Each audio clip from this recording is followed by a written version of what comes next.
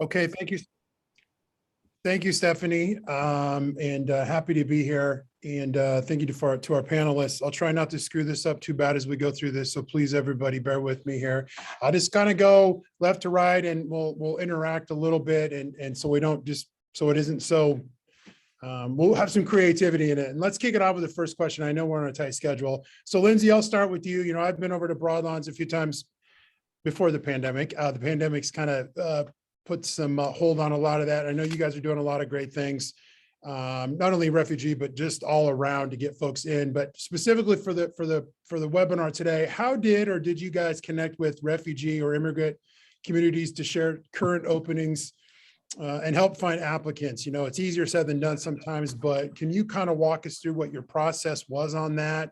And it's important to hear, I think, other HR managers here what some of these entities are doing. So I'll be quiet if we can get your input. Sure. So a big thing for me, I've been at Broadlawns almost 11 years now. And when I first started, I was in more of the recruiting role and leading that role, and getting involved was a big thing.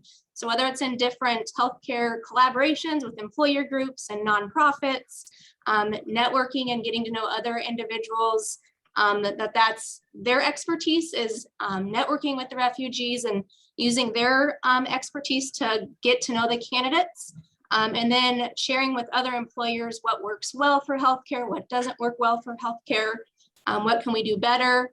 So using those around you is a big thing. I like to tell people, don't try to take it on by yourself, because there's a lot of individuals that with a lot of information.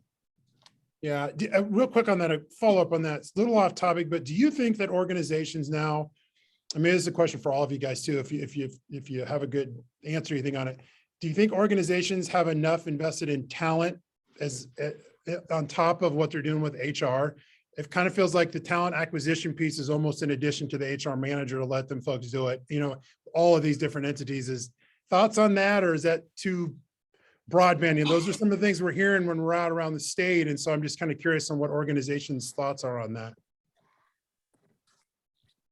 Healthcare is a pretty unique perspective right now in the middle of a pandemic and what we're dealing with. I'll let somebody else share. Okay, fair enough. Okay, so let's come to you then. Emily, I'll come to you. You're next on here, and then we'll cap this one off with Blondo. You know, same question for you. How did you guys connect with refugee or immigrant communities to share current openings and find applicants? How's that work for Metro Waste Authority? And you know, what are some success stories, maybe even what are your thoughts there?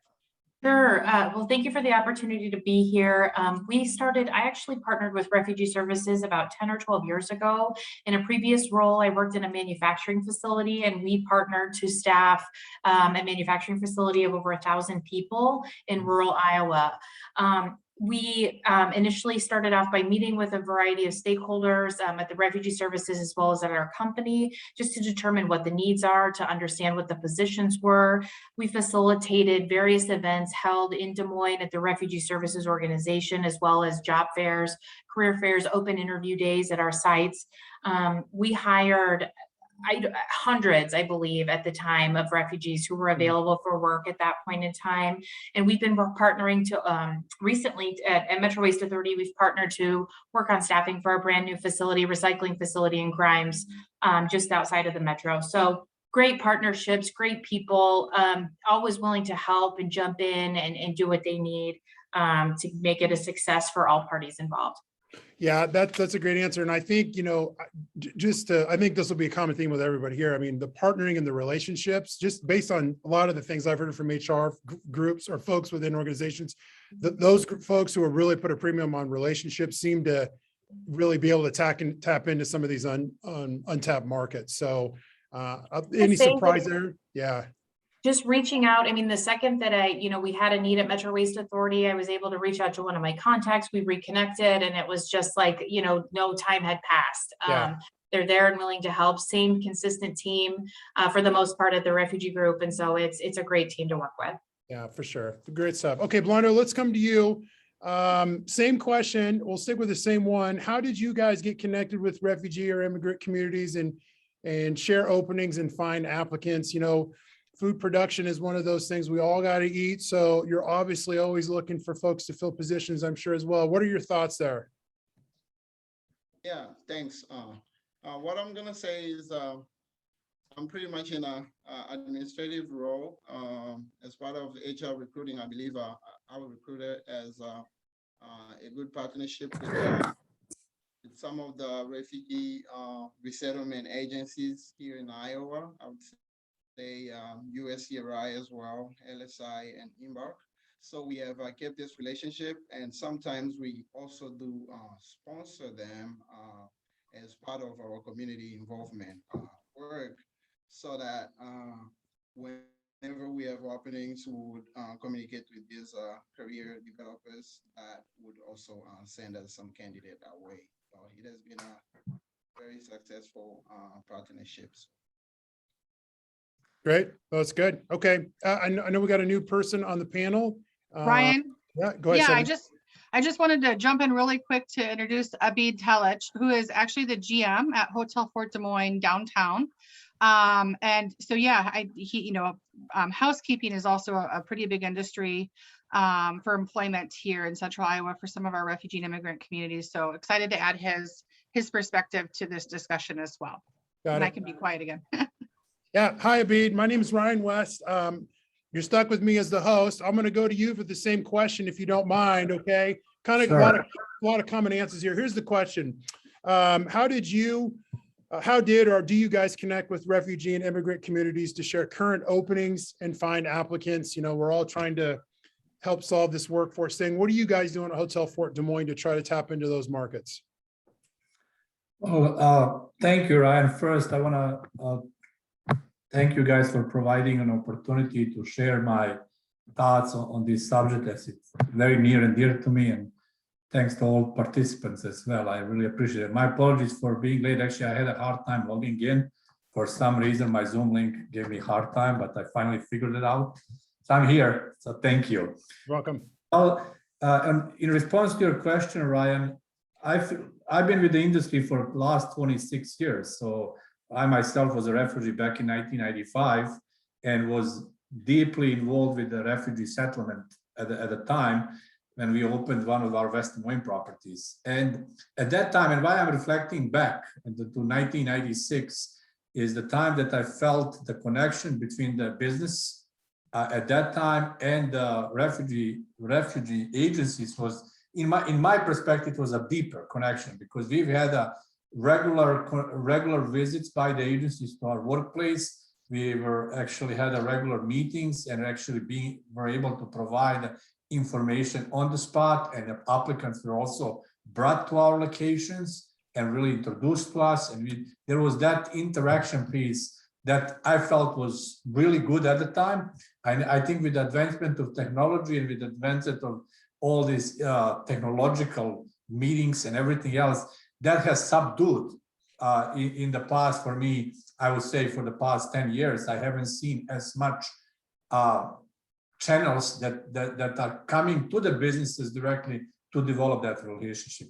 But lo and behold, this past year, actually, I have the way I've connected with MAC, from the refugee center. So, and with another officer from the refugee offices, and we provided them with the information that we are hiring number of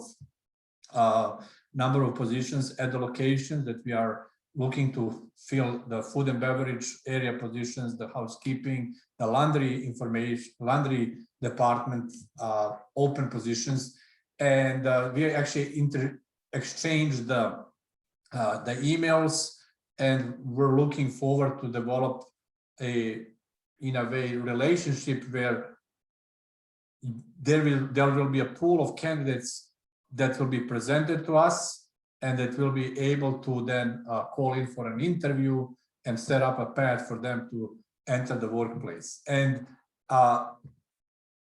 I feel that the platform is there as far as being able to access the pool of the candidates. But I think the bridge between the business and the agencies and the refugees that are basically in the middle of that bridge, we need to find ways for those refugee settlement candidates, that they are actually visit the workplace, that they see the environment, that there is a really interaction, human interaction between people in order to create that next step in hiring. Mhm. And sometimes with the business is, you know, we have all the job positions open on many different sites. So being able to inform the potential candidates about here is where the website is, here where the positions are, here where you go and apply, and building that type of interaction would, I think, be very helpful. And I find that will be the way to help someone that's looking for the job. And the next step in the process is first informing them about the opportunities, how they can be accessed, what's the hiring procedure. The next step is really setting up the training, maybe pre-training before people entering the workplace, and having a guest speaker. Like I remember one time I was a guest speaker at the Lutheran Services of Iowa. I went to and I thought that was a great experience because people were able to relate with me directly. And I explained to them everything about what we're doing, how we do things, what entails in the job. And based on that, I was able to hire 3 or 4 people later because there was that human interaction with the actual candidate before even they apply for the job. So Yeah. that's where I find refugees would benefit the most if they really have a one-on-one with the business entity, you know? Yeah, no, I agree with you. I think that would help. And you referenced Mark, that's Mark Sucheska. And yeah, I think understanding the process of just applying for the job, that might be maybe that's a great question and discussion point as well. You know, real quick with you, you know, as a refugee yourself, do you find that you're able to attract refugees into your organization because of your refugee background? Maybe that's an obvious question, but the reason I'm asking is I'm always wondering if we need more navigators, because, you know, everybody, all these organizations just have money to hire more people. I realize it's the whole point of it. Sure. But, you know, as to attract refugees, does it help that, you know, you're a refugee yourself? Maybe that's an obvious question, but just real quick, what your thoughts are there. Yeah, I think it certainly does. I think my story has been heard a million times around the city from the people of different backgrounds, from the refugee communities.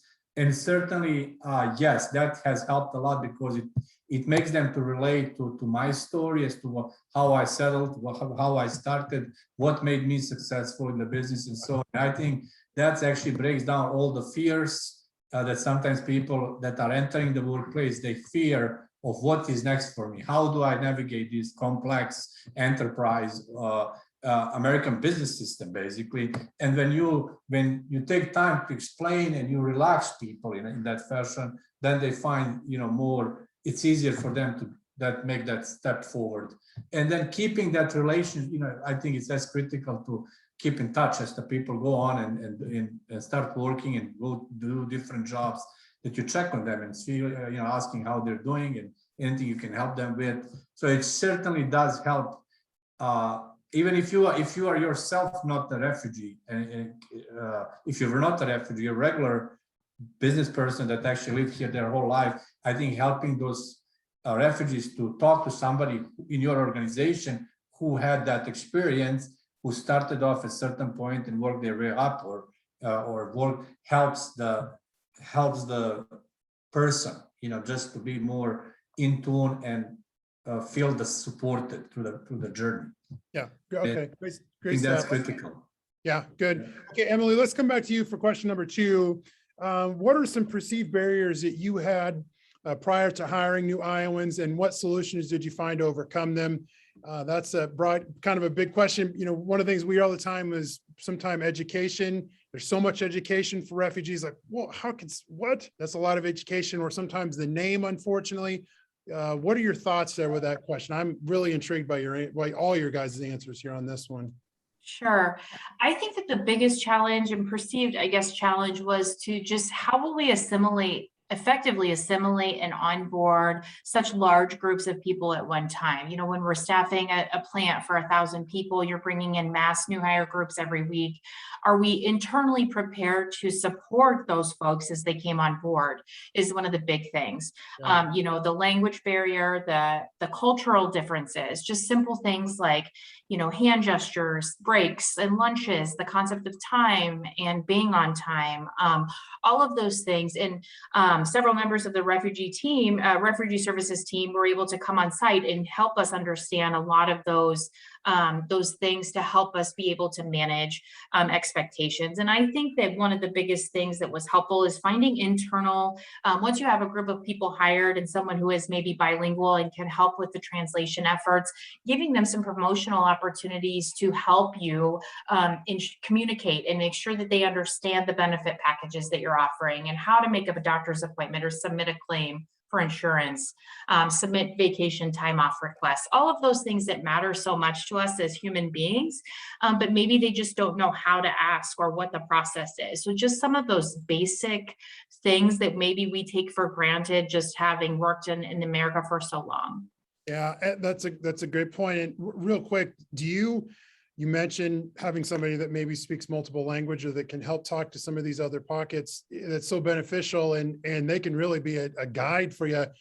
Has that helped you guys in attract other refugees? So I've talked to other HR managers, and they've kind of figured out, well, the right person can really help. All of a sudden we have 50 new applications that we weren't getting before. Is that common or crazy, or do you think that's a real thing, right? Very real, very real. Word of mouth matters. And so they're recruiting for you essentially, because maybe those people who don't speak very good English, they're not looking on Indeed and they're not looking on LinkedIn. You know, they're talking to their friends and family about, hey, where do you work? What are you getting paid? Is it a good workplace? Are you being treated well? What are the benefits? So all of those things. So those are your internal recruiters, essentially, who are your biggest advocates, or, on the contrary, not so much if it's not going well. So I think it's critical to, as you start thinking about assimilation of that first group of employees, how you use them or ask them to help in those recruiting efforts. Yeah, great job. That's great information. Okay, Blondo, let's come to you next. I'll ask you this one too. What were some perceived barriers you had to hiring new Iowans, and what solutions did you find to overcome them? Maybe you're in a different position here with this. What are your thoughts there with that question? Myself here. Yep. Speaking of on a refugee background perspective first, myself being refugee, I moved to the US in 2015. One of the biggest barrier will be transportation, because I remember when I was down in Michigan, I was riding a bus. I rode a bus for a period of 6 months until I got myself a temporary permit driving. So transportation was one of the biggest issue that I faced when I freshly arrived to the US. Because they would call you, hey, we need you in for paperwork. We need you in for this and that. This paper is not complete. You need to come in and submit those. So being a refugee at that time and relying on someone or relying on public transportation was really one of the biggest issues that I faced at that time as a refugee. And now being in the HR department, the other problem that I've seen is just limited English proficiency, as Emily stated. So myself here, I speak about 7 languages, and I do help whenever there are people that come that need the Swahili speaker, they need French speaker. I would step up and help them, and that makes them feel welcome. Hey, this person from Congo who works here, I can also, they give that sense of belongingness to the place.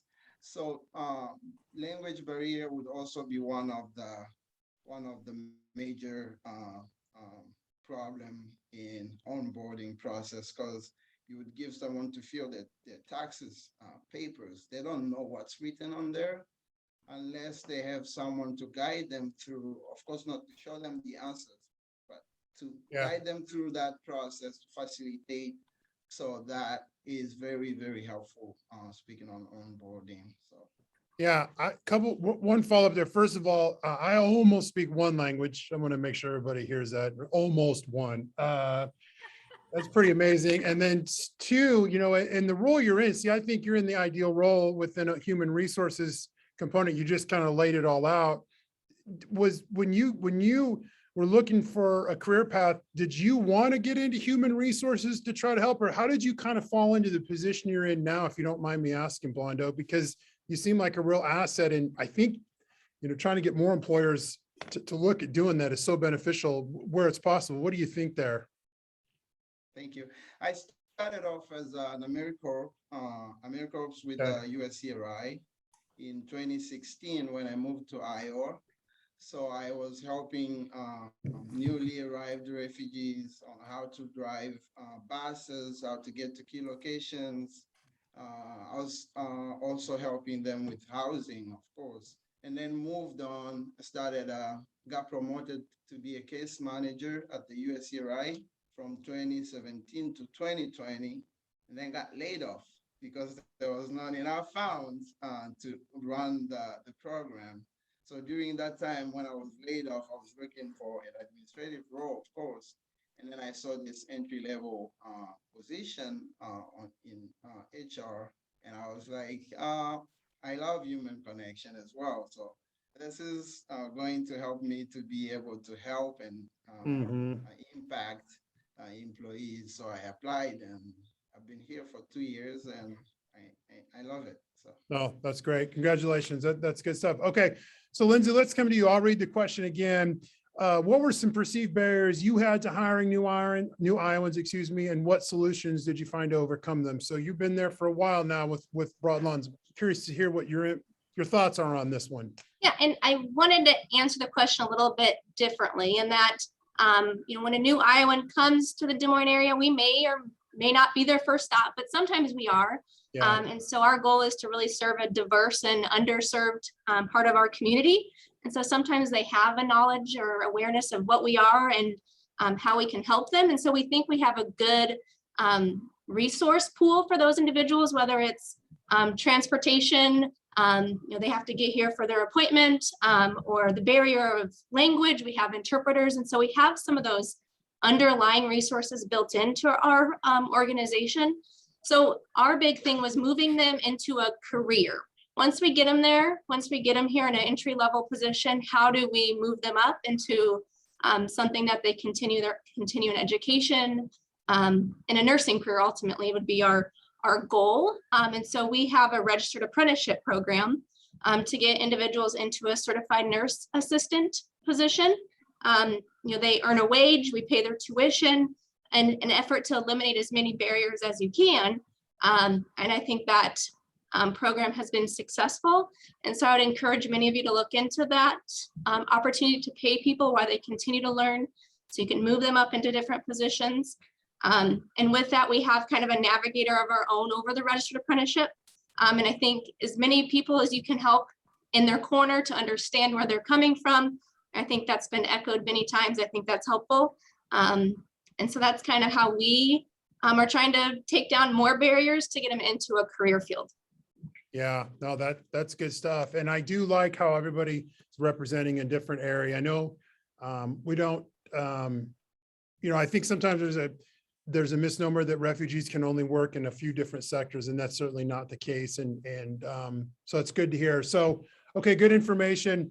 Abid, let's come back to you for this one. I'll read this one again for you. What were some perceived barriers? I know you're in a different position on this, but let me read the question. What were some perceived barriers you had prior to hiring new Iowans, and what solutions did you find to overcome them? So you're obviously in a different set of circumstances, kind of like Blondo. You have a different perspective on it. What's your input there? Maybe you've seen other people in positions look at it differently, and it's made you think about how we need to change. What are your thoughts? That was a long-winded explanation, sorry, but what are your thoughts there? No, that's fine.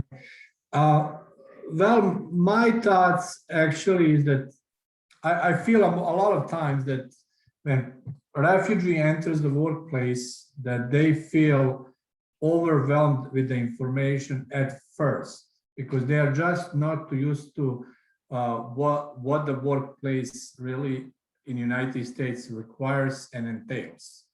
And I think, deepening understanding of how for example, if you have a candidate in the hospitality industry, and what that creates, I'm just gonna I'm gonna segue back. So when they enter the workplace, you hire them, then it becomes a harder work for the business as well as for the person that you hire to really, as I think Emily mentioned, to really find ways to really be more informative, to explain those interests, say, about punch in and punch out time and commitment to work and the lunch time and the medical benefits and all of that become very overwhelming tasks. And especially if you don't have somebody that supports you, like that is a refugee or that he's a good translator and able to, I think a lot of times creates that fear also of the job. And people, what happens a lot, people start the job and then out of all that overwhelming experience, they start also to leave the job. And you don't keep the employee that may be actually a great candidate, somebody that can really be a great employee and grow in career and everything, but it's just that initial start, it becomes overwhelming. And I feel from my, at least for my industry, what will be very beneficial that setting the stage before entering the workplace and explaining to the individuals about, okay, this is what the hospitality industry is about. This is what it entails to be a room attendant. This is what it entails to be the banquet server. This is how this is your opportunity for growth. This is what the paperwork is that you're going to need when you enter, because you're going to be faced with the computer, you know, and you have to do e-verify, you have to do the I-9, you have to answer some questions, and really having the modules that people sit in front of and are educated by before they even go and enter the workplace. Yeah. That is that, and if that module is explained and if they are tuned in beforehand, then the next step, okay, let's take them from this stage and let's go to the computer and let's go ahead and apply. There is maybe 3 computers set on the side, somebody sitting next to them, and let's apply for the housekeeping room attendant job at Hotel Fort Des Moines. Okay, so we have now we have a relationship developed with the Hotel Fort Des Moines. We know who the housekeeping manager is in that location. We know who the general manager is. We know what their training program is like. And so now we are a completely different way of how we handle the candidates. And they get that information. And by the time they enter the hotel front door, there is already this sense of where I am, what I'm doing, how I'm being handled, how I'm going. And there are the people that are actually I've already been introduced to that's going to make this journey for me easier.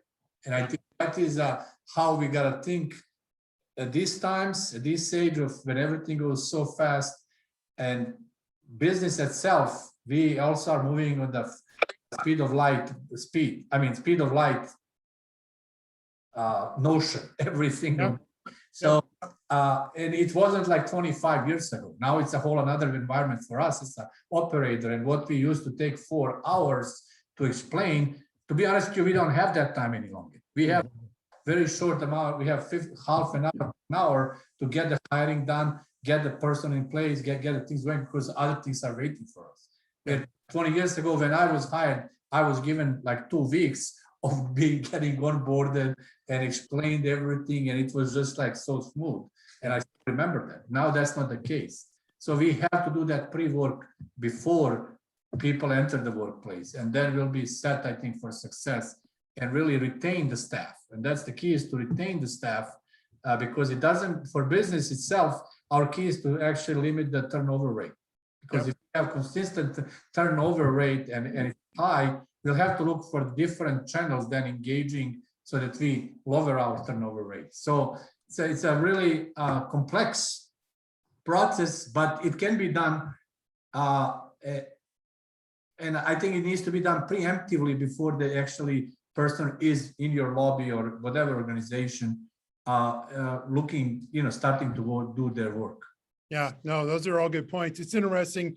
We haven't really talked, nothing comes up about, well, refugees that work ethic really isn't that good. That doesn't get discussed. It's just all the stuff to get them into the job. It's just an interesting discussion point around this whole thing. It's just about how it sounds like so far, helping them get through the process of that first 6 months, or just helping them apply for the position. So it's interesting stuff. That was great feedback, Abid.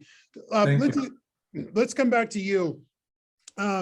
This is a shorter question, and maybe this kind of goes into what I was just kind of blabbering about there a little bit, but what were unexpected lessons you learned through this process? You know, there's some things that went, whoa, no idea. And sometimes those are the most valuable things, even if it's a pro or a con. What are your thoughts there? Sure. So a big surprise for me is healthcare is a very highly regulated, and we rely a lot on certifications and education, and how much of that doesn't translate very well. But the bigger surprising thing was those individuals that apply have the experience, and how engaging our hiring managers were to maybe not put them in a certified position, but to get them into an organization so that they can share their knowledge and share their experience, and over time work on getting their certifications recognized. So that was a great lesson, I think. You know, not dismissing just because they don't have the certification. They have it, right? Maybe just not recognized in our country. And so using your hiring managers and not just dismissing somebody right off the bat was a great lesson. Yeah, no, that's good. Okay, Emily, let's come to you. What are your thoughts there? I'll read the question again. What were unexpected lessons you learned through the process? I think, you know, just being mindful of those challenges. Like, I think someone spoke about the, you know, transportation challenges, you know, the cultural differences, you know, break and lunch times, the concept of time, it may not mean the same thing in various cultures. And just really being mindful of what those hurdles are to get to work. And, you know, we had partnered with DART, the Des Moines Area Regional Transit Agency, for some rideshare vans that could be used to transport people from, you know, Des Moines to rural communities in and, you know, outside of Des Moines.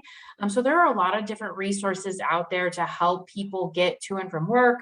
You know, those cultural differences, really utilizing the team at the Refugee Services Department. They are just so knowledgeable and helpful.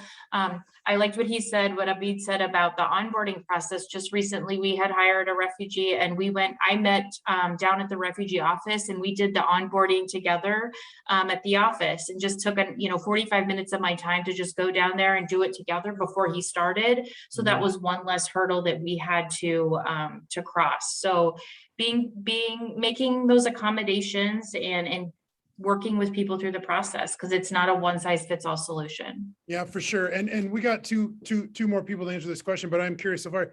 Childcare, is that an issue too? You know, we hear transportation, childcare. Has that childcare been one of those things? That's, I mean, I know maybe that's the most Captain Obvious question of all time, but issues there, what do you think? I think it is. I think it's very, very real. And, you know, having, you know, help with, you know, dependent care, flexible spending options for people that they can use toward, you know, dependent daycare, and just working with people to maybe accommodate schedules, having part-time schedules so that they can take their kids to and from school, or flexible schedules.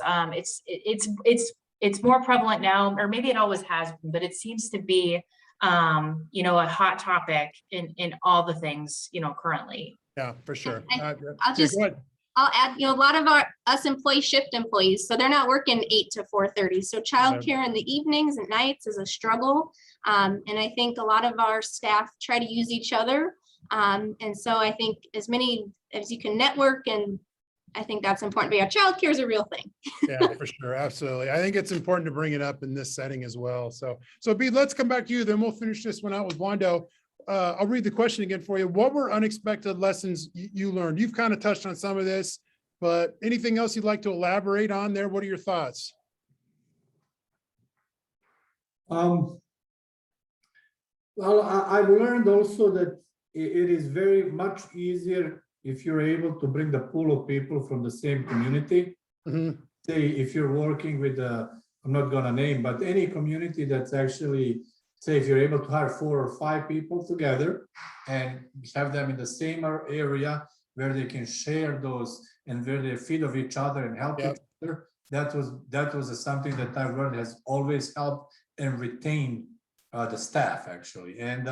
And I think that the other lessons, I mean, at any organization these days, you got to understand demographics of your staff. You got to understand what the customs, what the culture is, what the main holidays are, what it really means for these people to experience you as an inclusive work environment. And it comes from being able to recognize that and celebrate the people in your organization, and me as a leader, knowing that, you know, I am a global leader these days. It's not, I cannot be one-dimensional leader, and it just doesn't work anymore.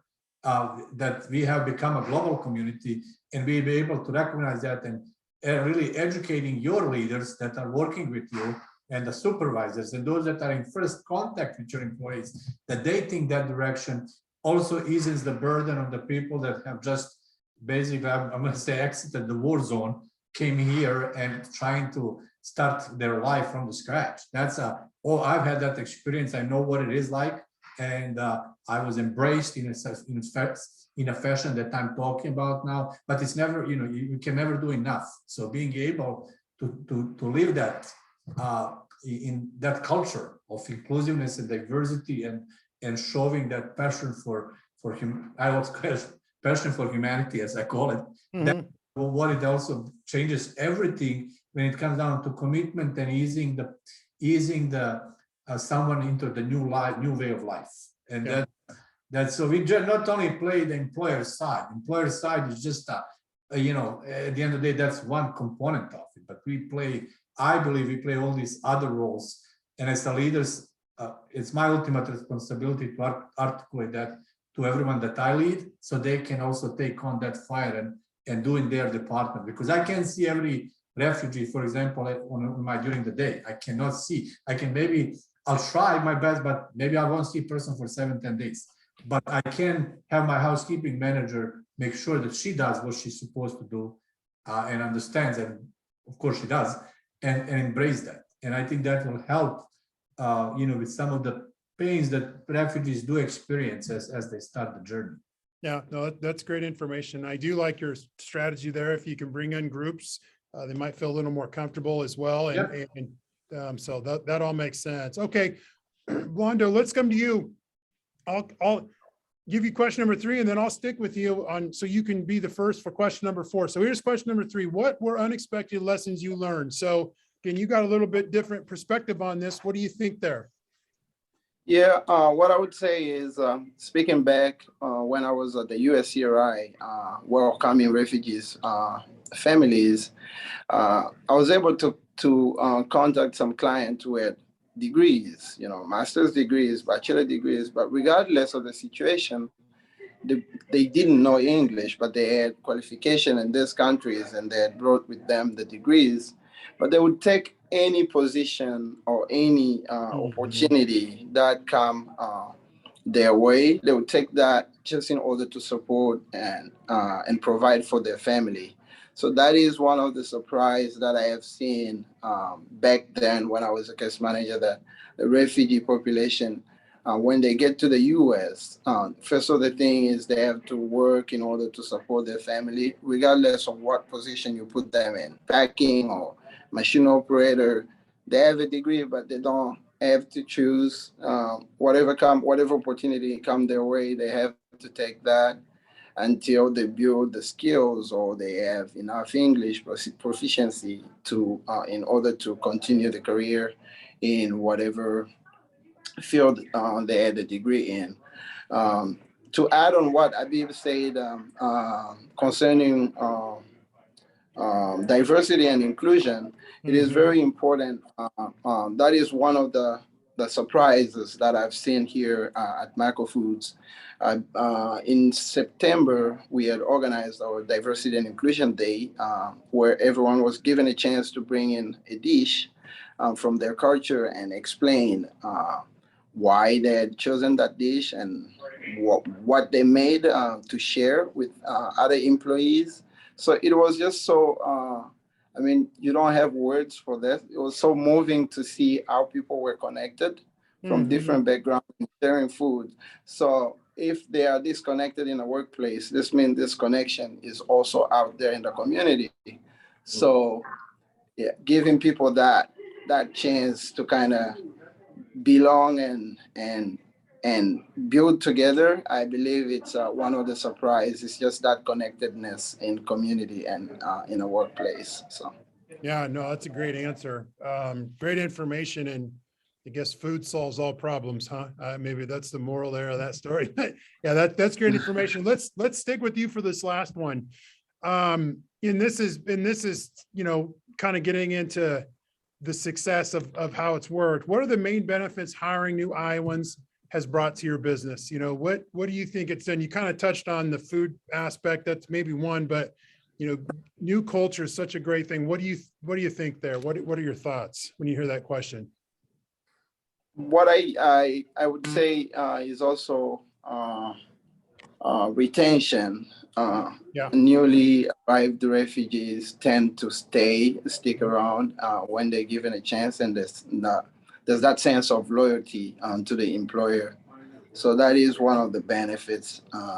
And so when these refugees stay at your workplace and with the opportunity you've given them, they would, of course, spread the news out there in the community. So you would find that you're connected. This person will say, hey, I was referred by this person that you guys are hiring.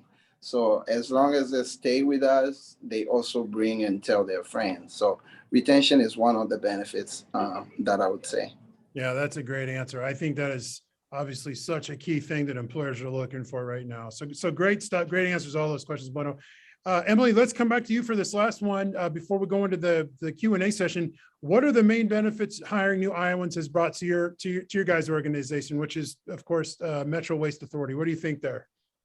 I would echo what Blondo said, just as it relates to retention, you know, very loyal and dedicated employees.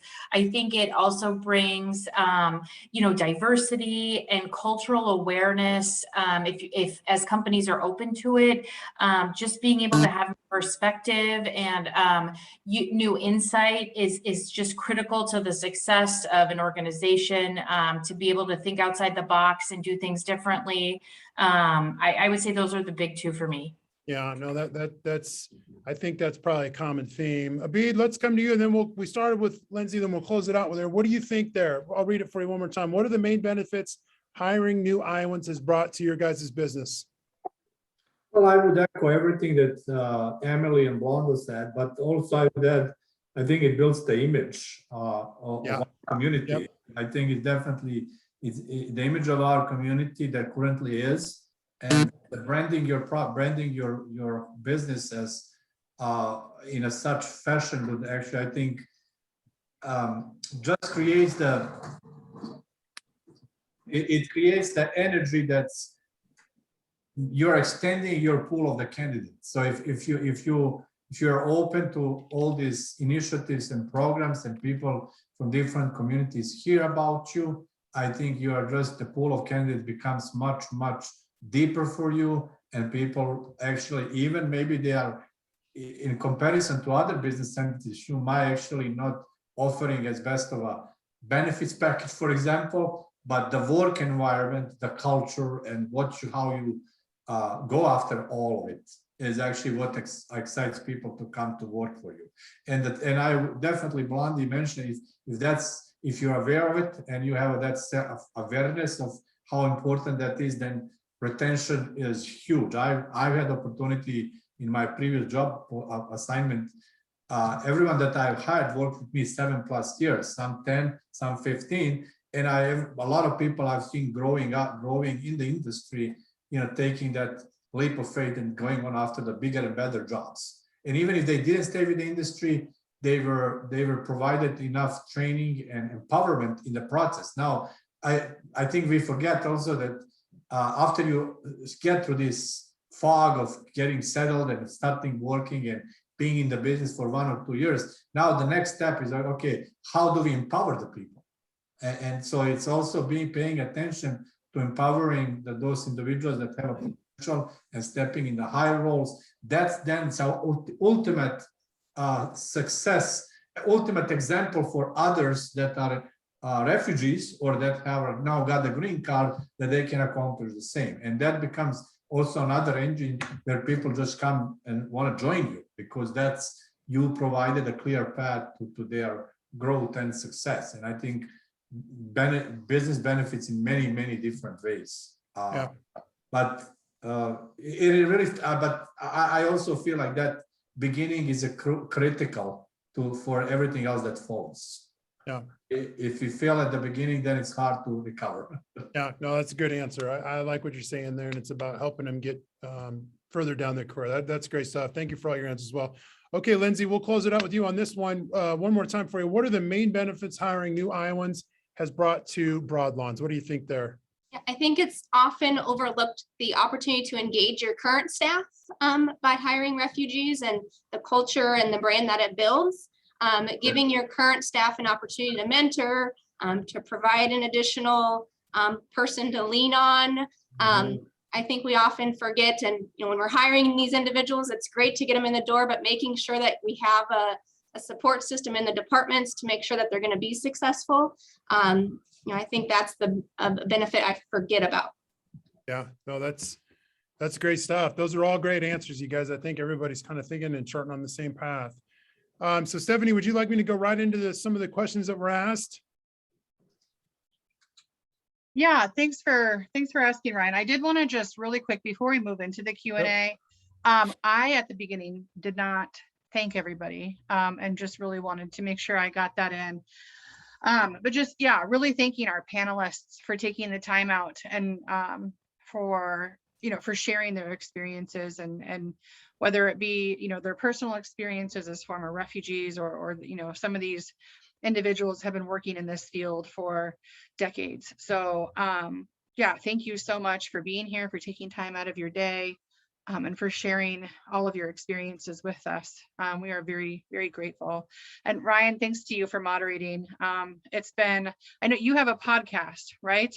Is that correct? Yeah, we'd love everybody to listen to it. It's called Mission Employable. And so I know that this definitely, being deputy director of IWD, but also with the podcast, this isn't a new like necessarily forum for you, but again, your time, your expertise, and just, thank you for being here. I also wanted to say thank you as well to Ines Petrushevich-Sharovich, who's also on as a panelist.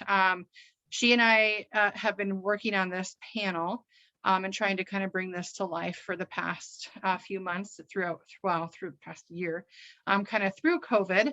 And it kept getting paused because we're, of course, as Lindsay well knows, we're in the middle of a pandemic, as everyone else on this call well knows as well. But just, yeah, thank you everybody. And for your time and for being here today. And then also to the Bureau of Refugee Services. Enos works with the Bureau of Refugee Services. I know Mock has been mentioned a few times during this call, and Emily's experience having worked with them in the past as well. Just thanks everybody.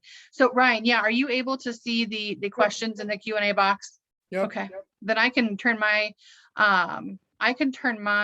camera off here in just a minute, but I would Enos and I may have just a couple of additions to add in after people answer, just when it comes to like those state or more local central resources as well, just as a heads up. Okay, and if I see 3 in there, so if I'm missing one, please just let me know. There's one in the chat box and Okay. I can type that and I can get that over there. Okay, no problem. Okay, so what I'll do is I'll read the first one that came in and I'll just read this and then maybe we can, somebody wants to jump in and attack it. Maybe somebody's better suited to answer. Here's the question. What is the best way for rural Iowa communities and businesses to connect with services dedicated to helping employ refugee immigrant populations and/or work towards developing an accepting community, like places like Storm Lake, Iowa, where the community is now a welcoming place? So that's a really good question because obviously rural Iowa is such a big topic and we want folks to stay in rural Iowa. And that's so important to Iowa success. What do you guys think there? I don't want to necessarily pinpoint. Is there anybody who'd like to try to take a stab at this one? I just have one piece of feedback. I think some cities have done a really good job of assimilating, whether it's refugees or immigrants. Perry is a really good example of a city who did it very well over the course of time. I know there's been several case studies that have been done. I learned through my, certified public manager program at Drake, but they've done several case studies about the success that Perry, the city of Perry, has had with immigrant populations, specifically Hispanic folks. And so they kind of set the model, it seems, for other small communities in and around Iowa. Yeah, that's a great point. Perry does do a good job. I really think too, you just need that person who's just really is passionate about making it happen. You know, it always seems like there's one community leader that just kind of sticks out and really does the legwork. Any other thoughts there on that one? Yeah. Okay. Go ahead, Blondo. Yeah, what I wanted to say is also transportation, making sure public transportation is available to folks. Because as for example, we're here in Norwalk, like 4 miles south from the airport. It's just like 10 minutes from the airport, but the bus line don't come to Norwalk. And we do have people calling looking for employment. Hey, do the bus come down there? And we're like, no, there's no bus. So that is also a gap to connect cities there. I would say transportation would also be one of the major way to help. Yeah, that's a good point as well. And there is an entrepreneurial opportunity there for somebody that can figure out some of the transportation rural areas. That one comes up a lot, as does childcare as well. So those are good points. I just, the one thing I'll ask on that, I'm assuming a lot of these questions are coming from hiring managers or folks within organizations. We really encourage you to look at there's going to be a new set of employer innovation grant money available to you. So really put down futurereadyiowa.gov and follow us on email, follow me on LinkedIn, just because I'll be pushing that stuff out. Those grant opportunities are for communities, employers, leaders to come together with innovative ideas to help solve workforce needs. So those weren't the first time, but that money will be available. Well, I also think, I mean, as far as the communication channels and say if it's a rural Iowa and there is a community that's actually, there is a refugee community in that particular place, having those refugee days in that community and having representatives from the State Department or agencies going and presenting and putting just like getting people familiar with that specific community, with the needs, just having those, like I know we have a refugee day here in Des Moines. I know that happens every year, and there are some other, I think those type of activities really are entry tickets to the next step. And like the more communication via either, is it a newspaper, is it a TV or radio station, or is it event on the soccer field where the refugees have a stage, so that will actually spur that connection and actually get people more familiar with the community and with the resources as well. And sometimes, again, I trust all of the, you know, when you have emails and any type of electronic communication is great, but I think the best experience is really when you have people connecting with each other and really talking amongst each other, and then that's where the things start to develop in a different fashion. Yeah, no, that's totally agree with you. Yep. Hey, Ryan. Yeah. Hey, this is Stephanie again. I just wanted to add in, you know, in the question, there had been about the agencies that have services dedicated to employing refugees. I just also wanted to add in for communities that have resettlement agencies, like actually within their community. So USCRI Catholic Charities in Des Moines, soon to be LSI Sioux City, Church World Service in Davenport, and World Relief World Relief in Davenport, Church World Service in Council Bluffs. The resettlement agencies themselves also have some resources that would likely be beneficial. And then of course, the Bureau of Refugee Services, which serves the entire state. Enos, and I think others within their staff as well, you know, have been doing employment related work specific to refugee communities for at least for a while. I won't offer that, but I mean, between those that have that experience within that office, I can guarantee you there's over 100 years of experience. So Sure. they also offer services and, you know, different programs as well, and could be just a wealth of information. And then the Rossi newsletter that comes out every week also is a great place to share jobs, other opportunities, other community events, as Abid was talking about. If you're wanting to connect with specific communities, there are cultural events that happen all the time that showing up and showing that community that they're supported and welcomed in our communities is really important. And then Abid, yeah, Rossi actually plans and helps facilitate the local World Refugee Day celebration. every year on June 20th here in central Iowa. So we do have, I mean, we have like 40, 50 tables, and a lot of those are some of our major employers as well, or even employers that just want to make those connections. So just different points that I had written down from people's responses thus far, and wanted to make sure to share those resources. And I can in the chat put in the websites for resettlement agencies, BRS, and for RASI as well. Yeah.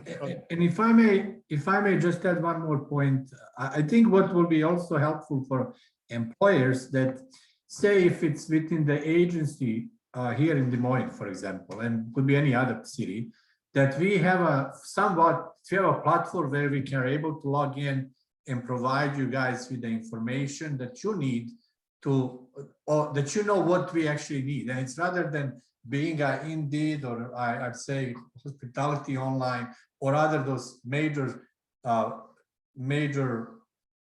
sites where the jobs are posted, that we can simply go in and provide you, say, if Hotel Fort Des Moines now has a 50 housekeeping jobs open, that you have access to that information, and that somebody that way kind of cut the time in an effort to bring the candidates and start applying for the job. Because I think sometimes people are just traveling from site to site and trying to figure out where and how, where if it's a centralized pool of all the jobs that might say my hotel needs, or other companies around, I think it will maybe be more pragmatic for people when they're there in the refugee center and they have this board where they see the position posted and where is the information about the employer, that they go on and take that next step and look for the job. Sometimes it just make it more easier for refugees to get access to this information. Yeah, no, I agree. That's all great information. Maybe, you know, creating a site where I as an employer have access to you in a way, and that I can provide you with what is it that we need. And I say you, I mean organization, what we need, what are the opportunities, what are even the requirements of the job we're looking for. And that way you now have the tool to work off in bringing on the refugees or potential candidates to my location. Yeah, that's good information. Okay. Well, I'll swing into the next question then, without seeing anybody else. We've got a lot of good answers there. Here's the next one. And this is a great question. I know this comes up a lot. Is there an entity that helps with translating documents? Kind of the key thing there. And that kind of goes maybe to more what Abid was saying, where that could be on a general platform where people could just find that information. What do you guys think there? Thoughts on how you, unless you're Blondo and you can speak, you know, almost double-digit languages, which is just, I cannot stop thinking about. What do you guys think there? I wanted to quick jump there. Me helping with translation is mainly communication purposes. But when it comes to legal documents, safety information, we also use the Iowa International Center, and we pay them to do those type of translations. So I'll put their link in the chat as well for Iowa International Center. Yeah, okay, great. That's good information, Blondo. No, that makes total sense. And unfortunately, I didn't realize that was where you could go either. So that's good for us as well. So yeah, Iowa International Center, they're going to put that in there. Okay, I'll go to the next question then. What agencies should small businesses reach out to in order to find potential candidates? Are there any ESL courses offered through the agency so employees can grow and become more qualified for other positions? So I'll answer this one real quick. You can use your Iowa Works offices as well. Iowa Works is under the Iowa Workforce Development umbrella. We highly encourage it. There's 15 across the state. They're in virtually every major city, and then in some of the others as well. Plus we have expansion and satellite offices. Those should be your one-stop shops in addition to your community partners. There's a lot of nonprofits doing wonderful things as well that we partner with. We also partner with other state agencies. but Iowa Works is under the Iowa Workforce Development umbrella. It can kind of get a little confusing sometimes with the names, but we can help you with those and get you into community college opportunities, opportunities with voc rehab, everything under the sun. We can help at least get you pointed in the right direction. So I just want to put a quick plug in there. I, you know, if anything, anybody else would like to add anything to that one. We had a healthcare employer that offered ESL classes at the beginning and end of shifts, which seemed to work well, because then you get a group of employees together, and then they can all kind of share their experiences during those classes. And I thought that worked well. Yeah, that's a good idea too. Oh, I think what also would be beneficial, I understand, like, there are all these different agencies and everything, but I truly think that if you have a central, say you have an annual publication that Yeah. put all this into perspective, Out there. place where we have it at our desks, and I think that would also be a great way of promoting this initiative. Yeah. Like we've seen other publications, like even in the business record, like if it's say if it's 1 week dedicated to this type of a initiative, I think would be a very good piece of communication that will ease on the employer to really get better access to all of it. Yeah, I think Abid's point there is on a couple of things. We need more organization with all these opportunities out there. They really make your head spin, which goes to the next question. And Emily, anything else you'd like to add there? Sorry, I didn't mean to, okay. Ryan, can I throw one more thing in there? I'm sorry. Please, Hey, no, go ahead. ELL, just as a heads up. So there's kind of, a lot of times there's 2 tracks. There's like your 4 credit in schools, and you have community-based as well. And so I would just recommend any communities outside of, in particular, Des Moines, any community colleges, the schools themselves. We have a matrix of all of the current ESL offerings now in Central Iowa. And Abid, to your point about resources and like having it all in one place, just as another option on the RASI site, there is a refugee immigrant specific resource directory that could be helpful for some of these things as well. Yeah. Perfect. Thank you. That's good information. And that one more question here, and then I'll jump into that one. Well, I'll tell you what, I'll go to this other one first.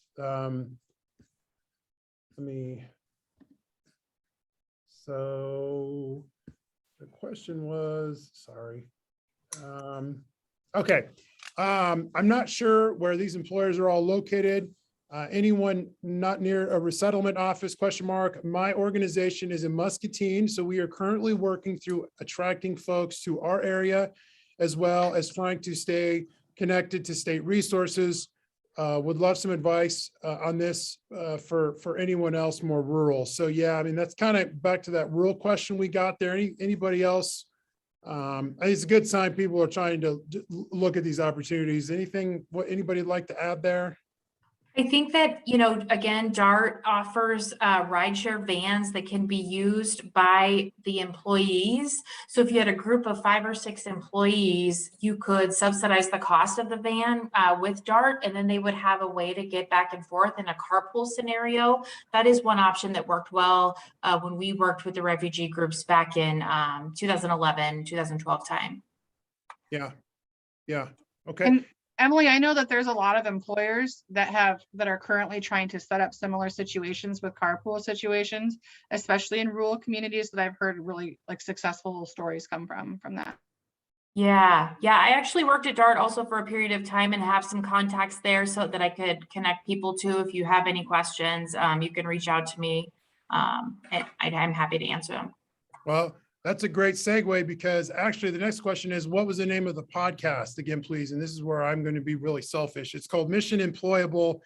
We've released 57 episodes. Actually, I just interviewed Amanda Wonke from DART yesterday. It's a really good episode. And I highly encourage everybody to check out the podcast. If you're not a podcast listener, you may like these. It's just all about positive information, things that are going on around the state. We've talked about everything from work-based learning to registered apprenticeship to opportunities that are going on within the colleges. It's all over the community colleges. I think we'll really enjoy it. You can get it on Apple Podcast or Spotify, or you can go to iowaworkforcedevelopment.gov and there's a podcast tab. We release 2 a week. Tomorrow will be our 58th episode, and it's a lot of good information. So just FYI, we actually interviewed Mock last week, and his will be coming out shortly as well. There's no shortage of guests. If you'd like to come on, or you think you got good information, please email me. I'll put all that in the contact box. Thank you for asking that. Hey, Ryan, I just yeah. put the direct link into the chat for you. Thank you. Thank you. Okay, so the next question was public transportation options. Oh, this is a good question here. Public transportation options for second or overnight shift workers or those working in the hospitality industry are often a problem as well. And yeah, that they are. We didn't necessarily talk about that. What I got from DART was they're open to trying new things for sure. I don't want to steal Emily's thunder there. She's obviously forgotten more about that than me, but what do you guys think there? That's a toughie. And not always a great solution, which I think maybe goes back to what Abid was talking about, where if you can hire some groups, sometimes that can help with transportation maybe as well. I don't know. What are your guys' thoughts there? I think that shows that this still one we're trying to figure out. Yeah, I get, that's where I really encourage, Kathy, I see you answer that one. And maybe you've already tried this and done this. So I don't want to overstep, but look at some of the grant opportunities that are going to be coming down the pike to maybe figure out innovative solutions to do this. I would also highly encourage you to reach out to DART, as Emily stated, the Department of Transportation as well. There's there's a lot of transportation options out there that I don't think people are always aware of. That's not to say that you haven't searched the earth in your area, but that answer is still underway. I think we need to figure that one out. The next question, I think this is the last one, Stephanie, at least what I see. I work in the field of conservation and natural resources. I would love to know how to engage refugees in volunteerism and public events with the immediate goal of introducing them to what we provide as an organization, quotation marks, event and services, while also building career skills through volunteerism. We are also working on a potential funding internships for those new to the field of conservation in Iowa. That's pretty cool. How might we go about connecting with refugee groups to provide information on this program and other services we offer? So maybe Stephanie, I don't know if you want to take that one first. Yeah, so we have within central Iowa, I can tell you that there have been over 40,000 people that have been resettled since the modern day resettlement program began in the 70s. So we have a lot of first, second, third generation communities and different organizations that have been founded, ethnic community-based nonprofits that have been founded to serve them in specific. So we, when it comes to any sort of resources or opportunities that could be beneficial to communities, job openings, things like that, we really try to utilize, well, first our newsletter. It's just a very easy way to get things out to in particular community leaders, ECBO leaders. Everyone has access to the same information at the same time. We find it to be really useful and people read it. And then in addition, if there's ever any, specific groups of people, or if you're ever wanting to make kind of more intentional efforts there, we can definitely help connect you with community leaders. So ECBO leaders, of course, some communities aren't going to ever maybe have like a formal 501 established, but do have more in like informal community leaders, and then faith leaders as well. Through the past 2 years of trying to keep people safe and healthy during a pandemic. And then of course, Iowa was hit with a hurricane, because that's a thing. Being able to get really important information and resources and emergency information out to people as broadly, widely, and as quickly as possible really became something that we became pretty good at. So yeah, there's a lot of different ways that we can help connect. Please feel free to contact me. Yeah, and then on that website with the resource directory that I mentioned earlier, also on there is a list of the current ethnic community-based nonprofits that currently work and serve communities in central Iowa as well. I think that's it for questions. Okay. Yeah, before we go, I just wanted to ask the human resources manager from Broadlawns what services they used in order to organize those ESL classes at work. I believe it was another organization, but I think that was LSI that did that. Yeah, they run a lot of the community-based ELL programming in central Iowa. That's a great place to go, Blondo.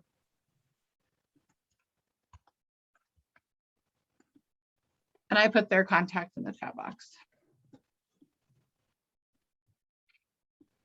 And they're about to start resettlement. I forgot to mention that as well. So they'll actually be resettling Afghans in central Iowa. So just in terms of reaching out to resettlement agencies for resources, they're going to be another one that you can reach out to as well. And then lastly, I did want to mention Lutheran Services in Iowa also has, they received a project funding grant kind of opportunity to open a welcome center here in central Iowa as well, that may be a good resource for people moving forward. All right, well, if there aren't any other questions, we can definitely give you a few minutes back of your afternoon. I know we had this scheduled to go until 1:30. Again, for anybody interested, the recording of this webinar will be available on the ROSI website. Typically, it's up within 48 hours after a webinar. So you can look for that there, that same webpage tab, the Refugee Summit, where you went to register. You'll just go there to access the recording. And so yeah, that should be accessible to anyone anytime after. Again, really just thank you so much to our panelists for coming on today and for giving us their time and expertise. It's very humbling to be in the same, holding the same space as you all. And I'm just, eternally grateful for what you do and for how you, really help serve these communities and, for, coming on here and hoping, or hopefully helping more people be able to do so moving forward as well. All right. Well, thank you so much, everybody. Have a great afternoon. Thank you all. Thank you. Thank you.